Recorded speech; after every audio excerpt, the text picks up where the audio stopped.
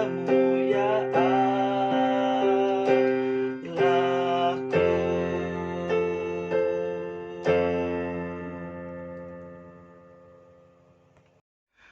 Shalom Bapak Ibu Saudara yang dikasihi Tuhan kita Yesus Kristus. Kembali kita bertemu di acara Romendo TV, yaitu perenungan firman Tuhan. Kali ini terambil dari Imamat yang ke-10 ayatnya yang pertama sampai dengan ayatnya yang ke-11. Demikian firman Tuhan. Kematian Nadab dan Abihu. Kemudian anak-anak Harun, Nadab dan Abihu masing-masing mengambil perbaraannya, membubuh api ke dalamnya, serta menaruh ukupan di atas api itu. Dengan demikian mereka mempersembahkan kehadapan Tuhan api yang asing yang tidak diperintahkannya kepada mereka. Maka keluarlah api dari hadapan Tuhan lalu menghanguskan keduanya, sehingga mati di hadapan Tuhan. Berkatalah Musa kepada Harun, inilah yang difirmankan Tuhan kepada orang yang karib. Kepadaku kunyatakan kekudusanku, dan di muka seluruh bangsa itu akan kuperlihatkan kemuliaanku. Dan Harun berdiam diri. Kemudian Musa memanggil Misael dan Elsafan, anak-anak Uziel, paman Harun. Lalu berkatalah ia kepada mereka, datang kemari. Angkatlah saudara-saudaramu ini dari depan tempat kudus keluar perkemahan. Mereka datang dan mengangkat mayat keduanya, masih berpakaian kemeja, keluar perkemahan seperti yang dikatakan Musa. Kemudian berkatalah Musa kepada Harun dan kepada Eleazar dan Itamar, anak-anak Harun, janganlah kamu berkabung dan janganlah kamu berduka cita, supaya jangan kamu mati. Dan jangan Tuhan memurkai segenap umat ini, tetapi saudara-saudaramu, yaitu seluruh bangsa Israel, merekalah yang harus menangis karena api yang dinyalakan Tuhan itu. Janganlah kamu pergi dari depan pintu kemah pertemuan, supaya jangan kamu mati, karena minyak urapan Tuhan ada di atasmu. Mereka melakukan sesuai dengan perkataan Musa. Larangan tentang minuman keras bagi imam yang menyelenggarakan kebaktian. Tuhan berfirman kepada Harun, janganlah engkau minum anggur atau minuman keras, karena keras engkau serta anak-anakmu bila kamu masuk ke dalam kemah pertemuan, supaya jangan kamu mati. Itulah suatu ketetapan untuk selamanya bagi kamu turun-temurun. Haruslah kamu dapat membedakan antara yang kudus dengan yang tidak kudus, antara yang najis dengan yang tidak najis. Dan haruslah kamu dapat mengerjakan kepada orang Israel segala ketetapan yang telah difirmankan Tuhan kepada mereka dengan perantaraan Musa. Sampai sejauh ini firman Tuhan bagi kita. Nah, yang menjadi nats firman Tuhan bagi kita pada saat ini, yaitu di ayatnya yang kedua, maka keluarlah api dari hadapan Tuhan lalu menghanguskan keduanya, sehingga mati di hadapan Tuhan. Bapak Ibu Saudara-saudara yang dikasihi Tuhan kita Yesus Kristus, judul renungan ini saya beri, jangan mencobai Tuhan.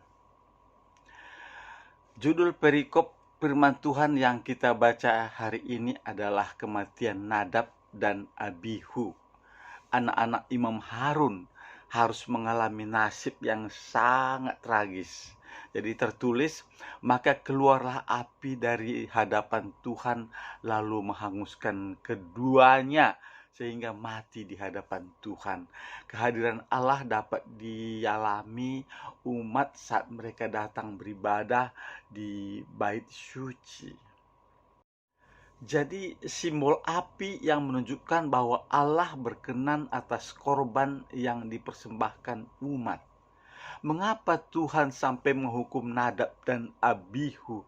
Karena kedua anak Imam Harun itu telah melanggar firman Tuhan, yaitu mempersembahkan kepada Tuhan dengan menghadirkan api asing yang tidak diperintahkan Tuhan kepadanya.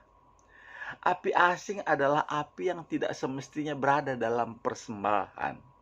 Ya, jadi itu sama saja artinya mereka telah mempermainkan atau menghina Tuhan yang adalah pribadi yang kudus, ya. Jadi kalau kita lihat di dalam Galatia 6 ayat 7, janganlah sesat. Allah tidak membiarkan dirinya dipermainkan, katanya. Karena apa yang dia tabur, orang itu pasti dia akan menuainya.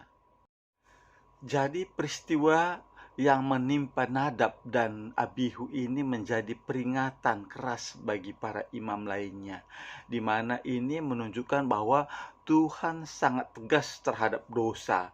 Tidak ada istilah kompromi sedikit pun terhadap perbuatan yang menyimpang dari firman Tuhan.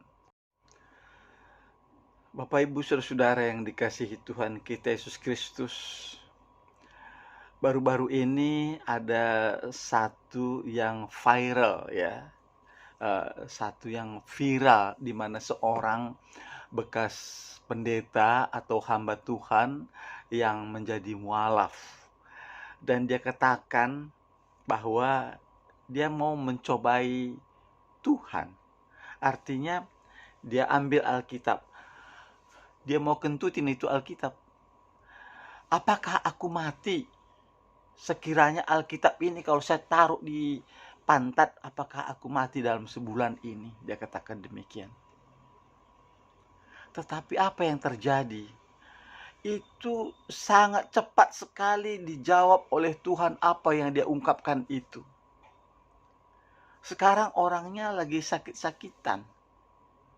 Bahkan ya orang lain gak peduli pun terhadap dia. Jadi maksudnya di situ karena dia mengatakan mencobai gitu, ya, karena menjelekkan gitu. Mestinya kan nggak bagus kalau dia menjelekkan begitu. Ya, itu namanya mencobai Tuhan gitu. Jadi hati-hati kalau kita melakukan sesuatu. Ada juga satu yang dimana seorang komedian stand up komedi dari luar negeri sih, saya nggak tahu di mana, tapi dia bercerita bahwa ketika dia pada masa pandemi kemarin, dia itu sudah vaksin, sudah booster, sudah vaksin herpes, apapun ya dia sudah lakukan. Ya katanya mungkin itu joke gitu ya. Jadi apa itu namanya Smoke to Jesus apa gitu judulnya. Jadi dia bilang bahwa saya harus berterima kasih katanya sama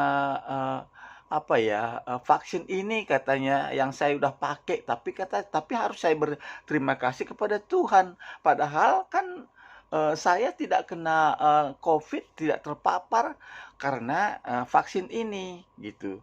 Jadi, tapi kenapa saya harus berterima kasih kepada Tuhan gitu. Jadi, ini adalah ungkapan yang menyepelekan Tuhan. Ya, dia udah tahu bahwa segala sesuatu itu adalah dari Tuhan. Dia adalah pencipta langit dan bumi. Semua yang ada di dunia ini yang kita miliki itu adalah dari Tuhan. Kenapa Tuhan sepelekan? Tuhan di nomor berapakan sama dia? Masa vaksin lebih menyelamatkan dia, bukan Tuhan yang menyelamatkan dia? Maka begitu dia stand up, begitu dia bercerita tentang vaksin, aku tidak kena, aku sudah keliling dunia begini-begini gitu. Mungkin Bapak Ibu Saudara bisa melihatnya di YouTube ya. Jadi itu dia sudah keliling dunia, sudah vaksin, dia lakukan, katanya. Saya ini tidak terpapar COVID karena vaksin ini, kata Ami. Tapi saya harus berterima kasih kepada Yesus. Jadi Yesus itu dinomor 2 kan berarti gitu. Nah, hati-hati Jangan sampai kita sebagai hamba Tuhan juga, ya supaya jemaat kita itu kocak, supaya tertawa atau bagaimana, tapi kita kadang-kadang ya mungkin mendukakan hati Tuhan juga. Kita harus hati-hati. Ya. Ada contoh-contoh banyak ya, baik itu politikus, baik itu musikus ya. Misal contoh ya, kita lihat itu bagaimana si apa namanya, John Lennon misalnya, kita terkenal dia dengan band The Beatles ya. Dia diwawancarai oleh majalah Amerika, dia katakan bahwa kekristenan itu akan berakhir dan akan menghilang. Saya tidak perlu berdebat tentang itu, katanya, bahwa Yesus itu biasa-biasa saja gitu ya. Saya atau kami lebih terkenal daripada Yesus.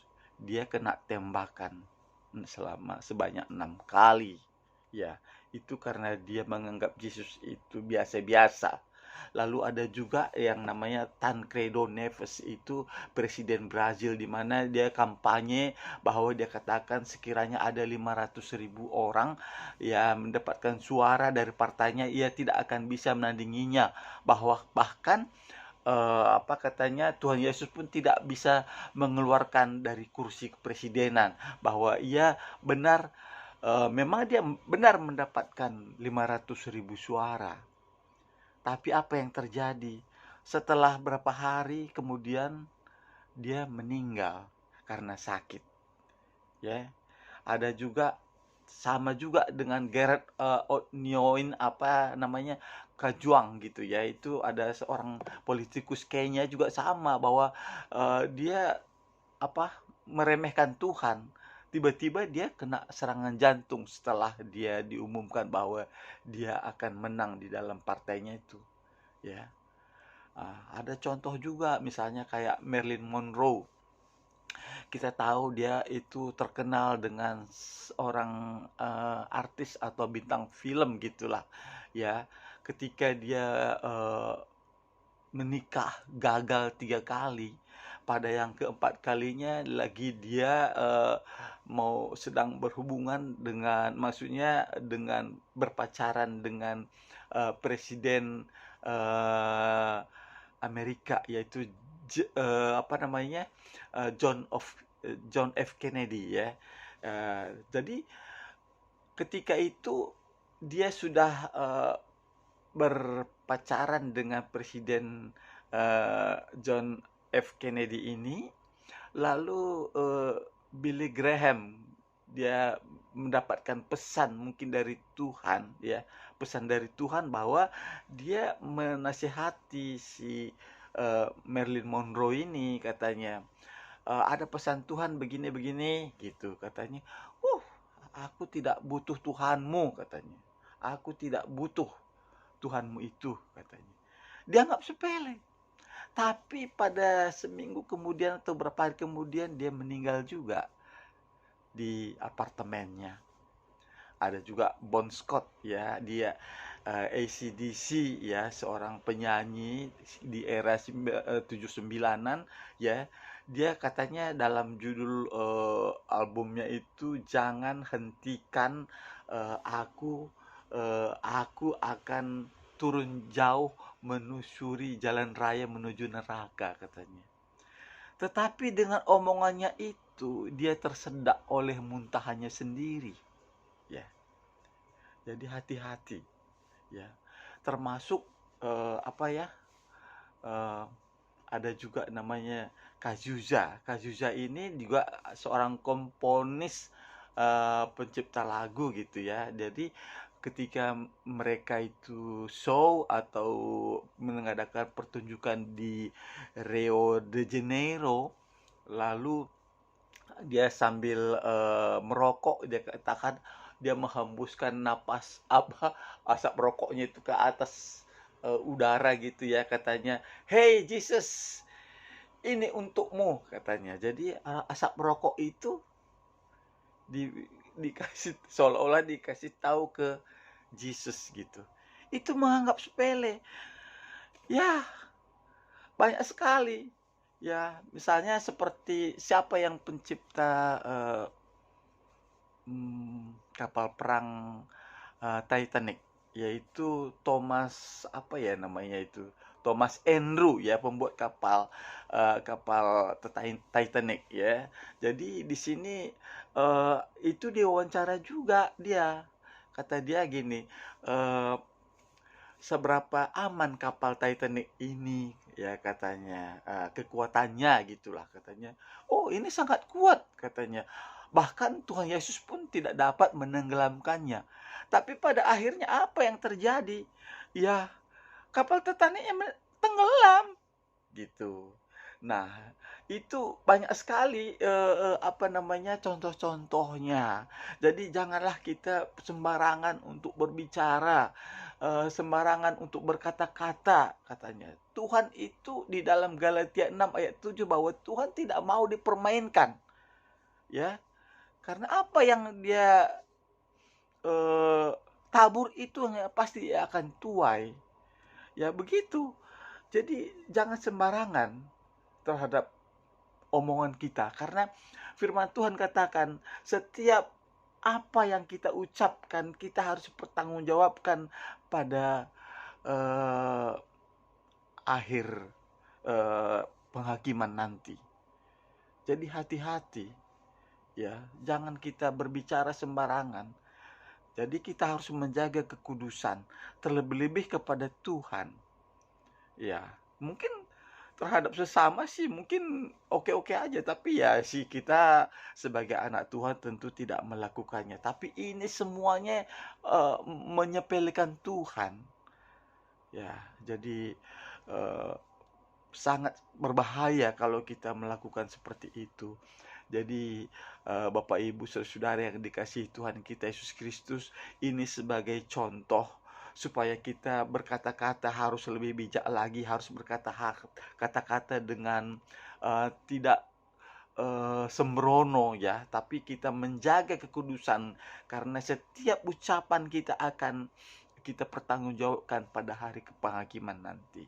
Jadi sebagai akhir dari renungan kita pada saat ini, marilah kita menghormati Tuhan ya, karena eh, melalui ucapan bibir mulut kita ini kita akan membawa berkat, karena melalui mulut kita itu kita akan mengeluarkan kutuk dan juga mengeluarkan berkat. Nah, tergantung kita sekarang yang mana kita mau lakukan. Jadi inilah sebagai renungan kita pada hari ini. Hari ini sekiranya Bapak Ibu Saudara-saudara suka dengan renungan ini, silakan di subscribe, like, share, komen, dan bunyikan loncengnya. Tuhan Yesus memberkati.